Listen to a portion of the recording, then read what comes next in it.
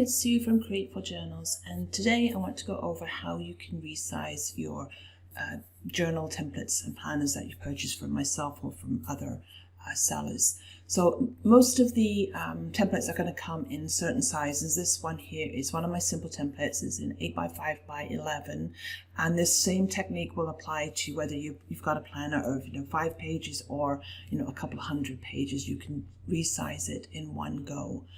And the other thing is, a lot of people now, they want to do the A4, so I'll show you how to do that as well. Right, so this is our original copy. So we're going to just simply go in.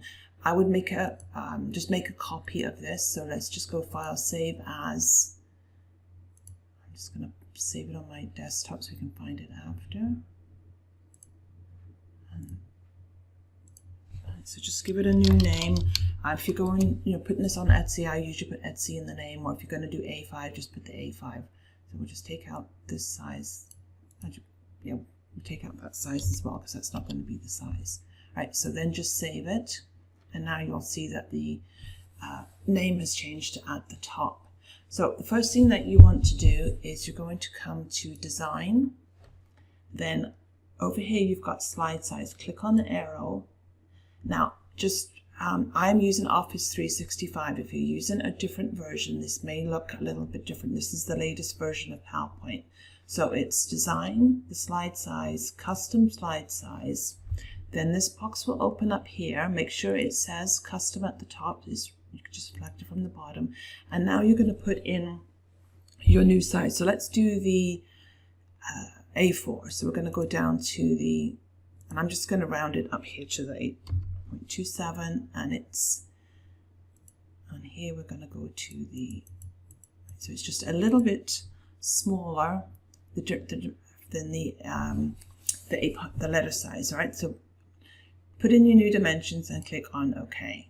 And now we're going to just click on Maximize, because you want to keep the content on the page.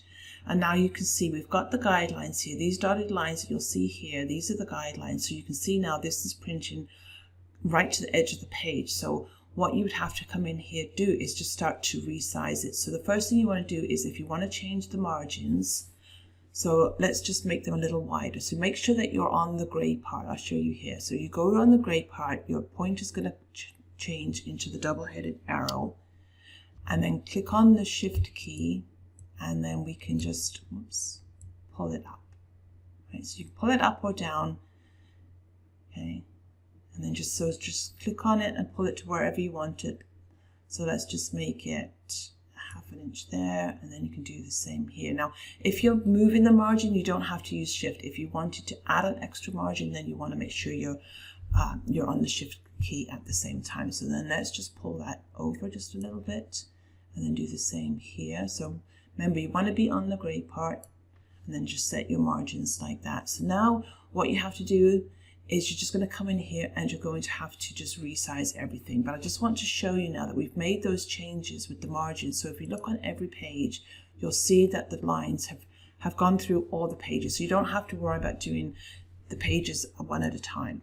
Right, so let's come back to here, and here too, we're just going to, you can either just resize it, or you just might want to decide, I'll just move it a little bit. So let's just move that in a little bit. Okay, this box is going to have to be smaller, but we want to keep it inside the margin. And it depends, if you're doing a printable, your margins can be smaller because you want to take up more of the page. It all depends on if you're going to publish this on Amazon, Lulu, Etsy, or your own website. So you can just change the margins. So let's just move the graphics over a little bit.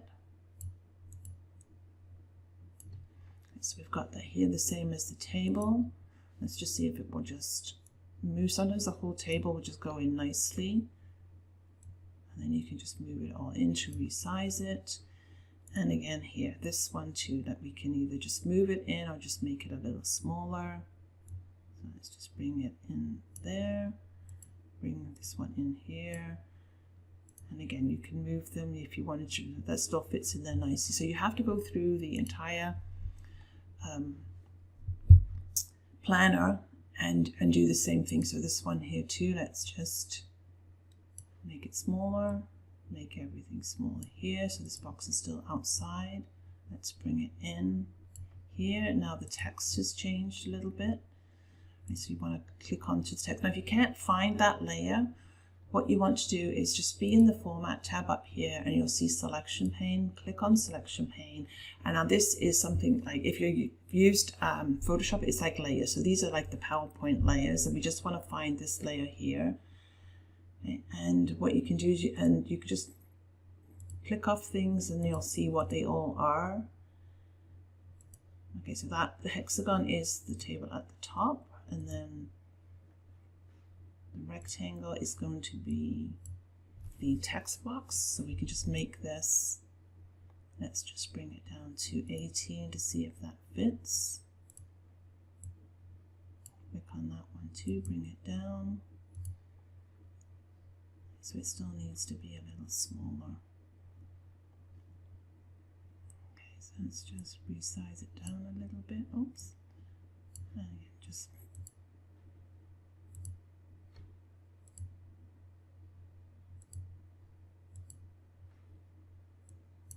just got to click all the text like that and then make it smaller so that it will fit in there. So you just have to play around with it a little bit. So that's going to look better there. And then again here, click onto the table, and then we can just see if we just push it in on both sides, and if it still looks good, there we go. And the same as this box here.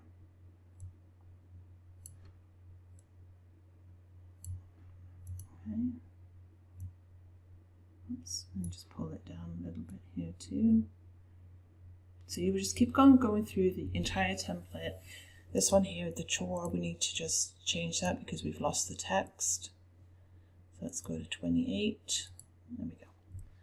And then remember just to keep saving your work as you go.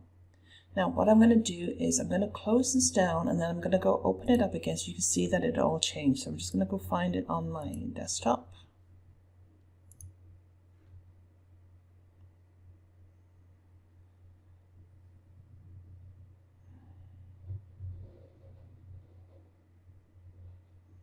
Of course I can't find it. Oops, was it over here? No.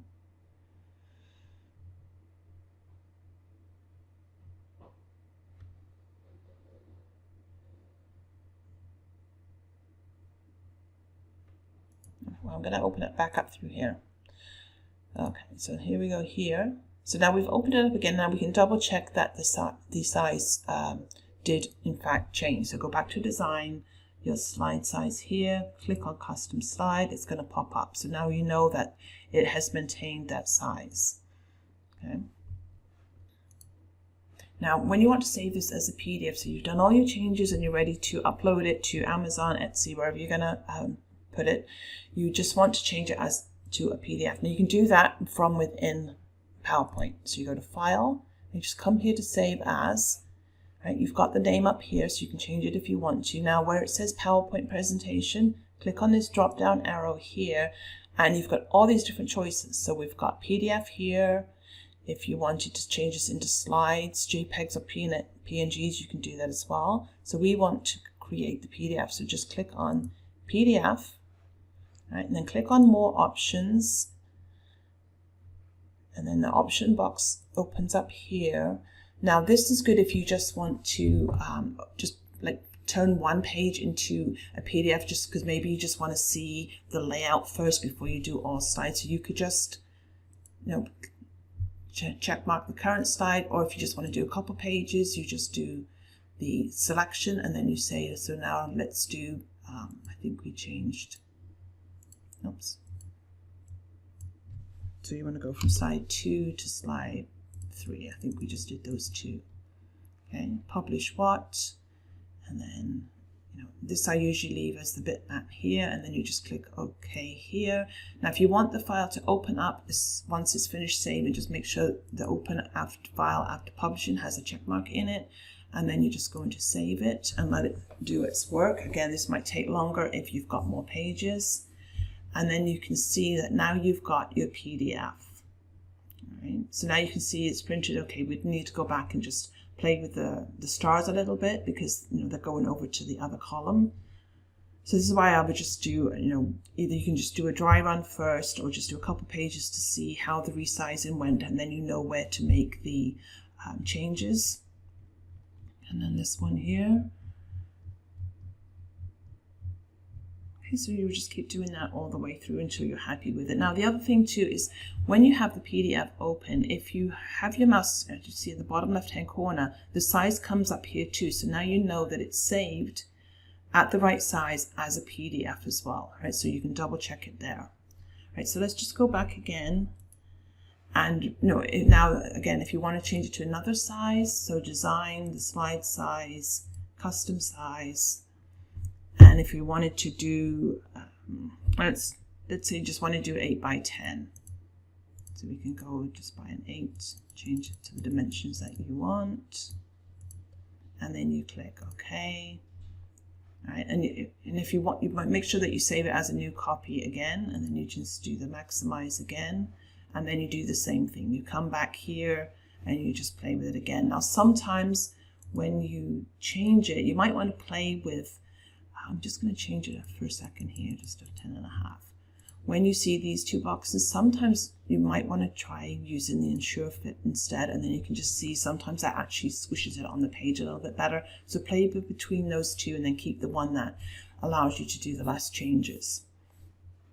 Right, so that is basically how you do the changes to the pages. So from one template, you can go from the letter size all the way down, even if you wanted to go down to like a half a sheet, and always start with the biggest sheet first. So always start with that 8.5 by 11 first, and then go down, because you'll find you'll have less and less changes to make. Right, so if you have any other questions, let me know. Thanks.